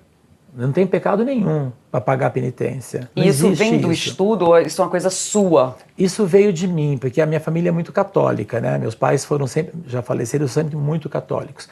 Mas católicos muito além do tempo daquele momento. Tá. Né? Teve um caso na minha infância, no interior, que um padre foi pego com essa questão sexual com um homem numa praça. Sim. O pessoal da igreja ali ao redor queria matar o padre, né? A igreja queria tirar o padre da cidade. E a minha mãe era uma pessoa muito influente na igreja. Ela foi a única que defendeu o padre. Olha. Acolheu o padre e não deixou o povo linchar o padre. A minha mãe foi uma pessoa muito, muito importante na cidade. Ela criou uma creche, porque as mães que precisavam trabalhar com filhos pequenos, nenhuma família empregava como uma doméstica, porque eu não quero criança dentro de casa. E a minha mãe vendo isso, essas crianças começaram a ficar em casa. Olha. Então eu cresci com 20 crianças dentro da minha casa o tempo todo. Você é filho único, Paulo? Não, mas eu fiquei filho único durante um grande período, porque meus irmãos são muito mais velhos que eu. Então quando eu já tinha 12 anos, já estava todo mundo fora de casa. Né? E ela trouxe mais 20 para você. Eu virei filho único. Na verdade, eu cresci filho único. E aí não cabia mais gente dentro de casa, pois ela conseguiu criar, do lado da igreja, uma creche. Não satisfeita em criar a creche, ela criou uma escola, que está lá grande até hoje. Né? Então eu acho que eu tenho um pouco da minha mãe. Sim, com certeza. Nessa história, né? De pensar no outro, me aflige muito o outro. Né? E como que eu posso ajudar, o que eu posso fazer, como é que eu vou conectar. Mas eu nunca penso como a gente é construído, seja em que religião for, que você tem um pecado a pagar, você tem um dever a cumprir e você tem um dinheiro para dar. Eu não sou obrigado a fazer nada disso. Né? Eu não tenho culpa, não tenho pecado e não sou obrigado a dar dinheiro para igreja nenhuma. Porque todas pegam dinheiro. Sim, todas. Com frases diferentes, mas todas pegam dinheiro. Sim. Todas. Eu entendo que a igreja tem que sustentar, mas tem formas, né? Não, a estrutura, mas água, luz... Estrutura? Não paga imposto, não paga nada. É entendeu? complicado. Hoje a maioria dessas igrejas é tudo escambo de dinheiro, porque não paga imposto. Eu vou abrir uma igreja. É uma empresa, eu não pago imposto. É uma empresa. A igreja é uma empresa. E não paga imposto. Eu pago 30% de imposto. A igreja não paga nada de imposto. Né? Então eu não acho certo essa estrutura. Por exemplo, hoje eu sou do candomblé. Hoje não, já tem muito tempo. Muitos anos. Né? O candomblé de raiz. Uhum. É um dos mais importantes do país, que é o Gantuá. Né? Que tem mais de 200 anos. E não tem essa coisa de você ir lá no Gantuá dar dinheiro. Você não dá. Não existe isso. O candomblé, ele é uma religião brasileira? Não, é africana. Ela é africana, descendente africana, mas... Quando houve o tráfico de negros para o Brasil, era uma coisa muito inteligente. As pessoas acham que era aleatório, não é. A África é o umbigo do mundo. Eles construíram pirâmides, eles construíram tecnologias, agricultura. Então, quando houve essa invasão para escravizar, e na verdade tinha muitas guerras entre tribos, entre nações, né? Eram reinos, tem reis, rainhas. E eles brigavam, então quem perdia ficava escravo. E eles começaram a vender essas pessoas. Eles mesmos vendiam. Quem perdeu a guerra era vendido por quem ganhou. E o tráfico de humanos começou aí. Só que era por talento. Essas pessoas aqui sabem agricultura, então tem que ir para tal lugar. Essas pessoas aqui trabalham com ouro, vai para Minas. Essa pessoa era assim, era de gente inteligente, não era à toa. Né? E o candomblé, ele vem da África, dos reinos, né? Das nações. Então, tem nações diferentes, tem candomblés diferentes. Tá. Mas a raiz é a mesma. O que é brasileiro é a Umbanda. Tá. Que já é a mistura da mistura de raças do Brasil, que mistura o negro com o caboclo, com o indígena, e aí tem a Umbanda, que é parecida, mas não é a mesma Mas coisa. não é a mesma coisa. Tá. E no candomblé, você não é obrigado a dar nada. Eles também não te pedem nada.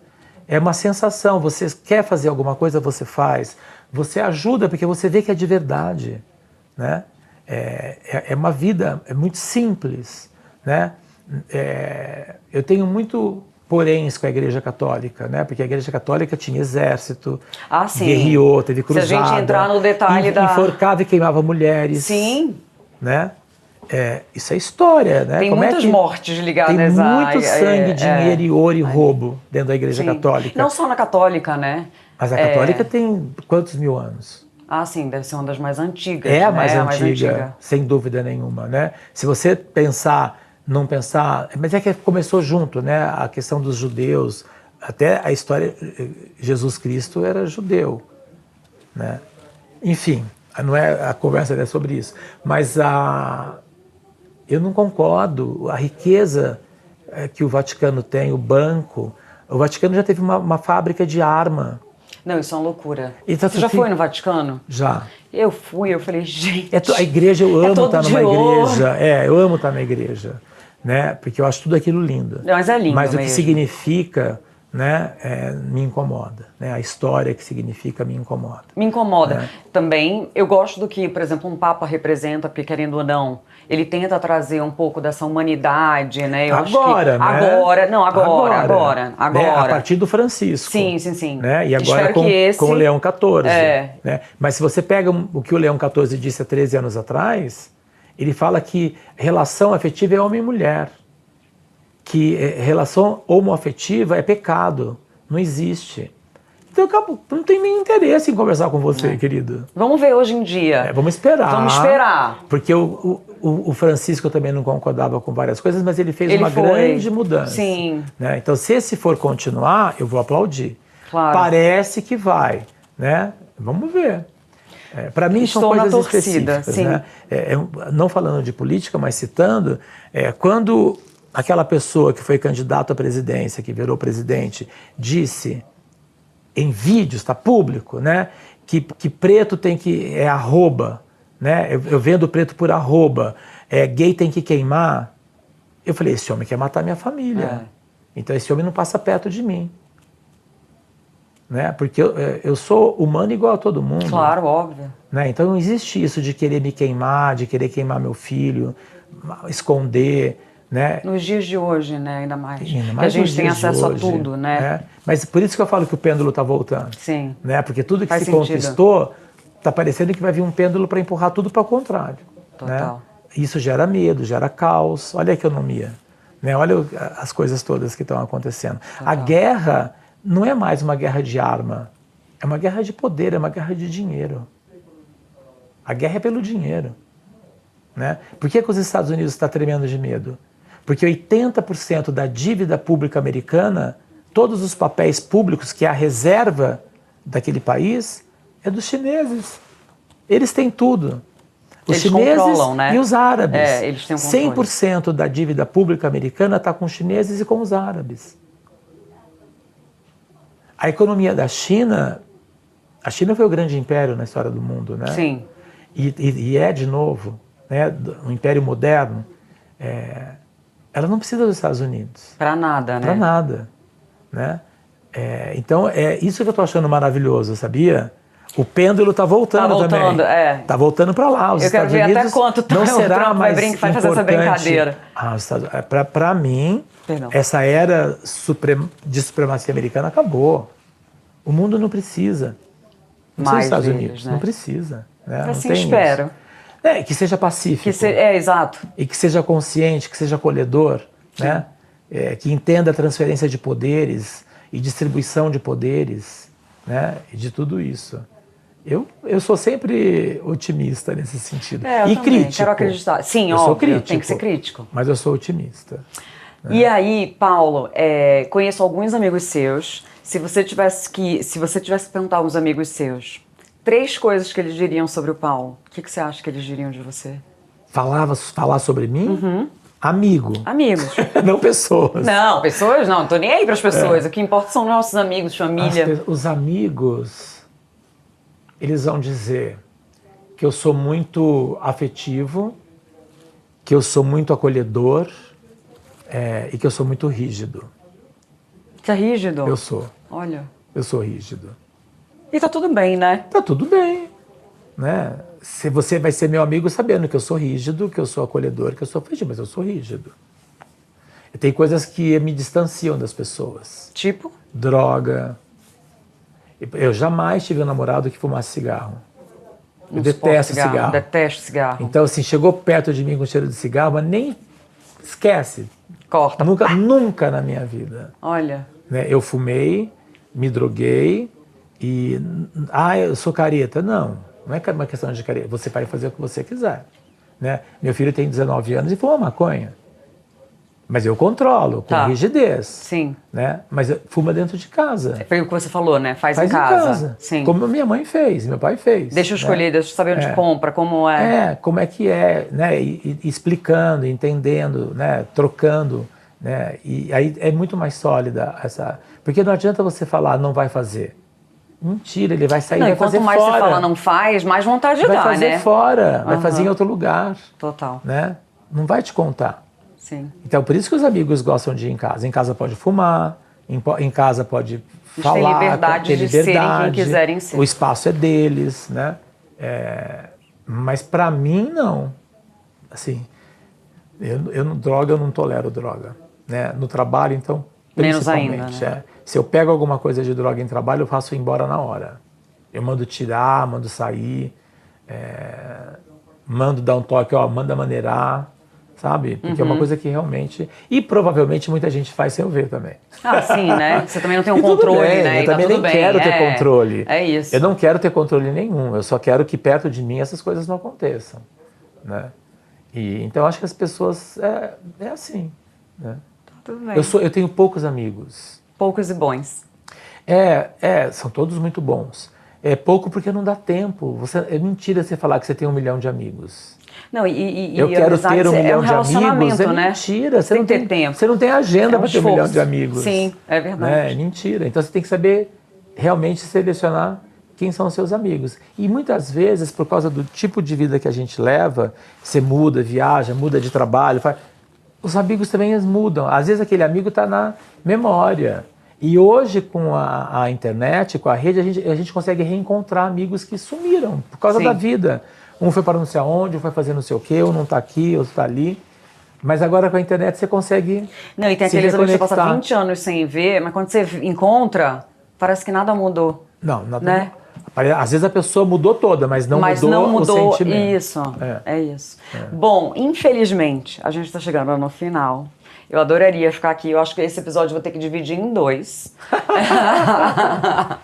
Mas eu amei mesmo a sua presença aqui. Eu que agradeço. Toda essa troca. Você leva super bem uma conversa. Ai, obrigada mesmo. Eu gosto de escutar. Eu acho que mais do que ficar fazendo perguntas e tal, eu gosto que a pessoa se abra mesmo e tenha a oportunidade de falar o que ela tem vontade de falar. Mas você conduz. Que bom. Senão vira monólogo. Fico feliz. Eu já tenho esse talento para monólogo. Então tem... Vai falando. Mas se deixasse aqui, eu ia deixar você falar até, porque eu tenho curiosidade por você, para saber das pessoas que vêm aqui. Então eu deixaria. Mas como eu tenho que controlar, Posso falar só uma coisinha antes de acabar? Tem uma coisa que acontece muito, dos 10 anos para cá, que eu percebi bastante. Eu arrumo tempo para ir dar uma palestra numa universidade. Quando é escola pública, eu vou de graça. Né? Arrumo tempo e vou. Quando a escola é particular, eu cobro. Tá certo. Ela cobra do aluno, é um negócio, então eu cobro. Né? E é quase unânime, né? Quando acaba, vem um monte de gente em cima de mim e tremendo. Ai. Tremendo, assim. Você percebe que a pessoa vai chorar. Eu falo, mas por que está tremendo? Eu pego, abraço a pessoa. Né? E aí a pessoa chora. E eu falo, gente, tudo bem, pode... Mas veja, eu sou igual a você. Né? Eu tento tirar essa construção de mito. Uhum. Eu sou uma pessoa, eu não sou mito. Nunca deixei alguém me colocar no lugar do mito e nunca quis vestir esse papel de mito. E aí eu falo para as pessoas assim, sabe por que não dá para ser mito?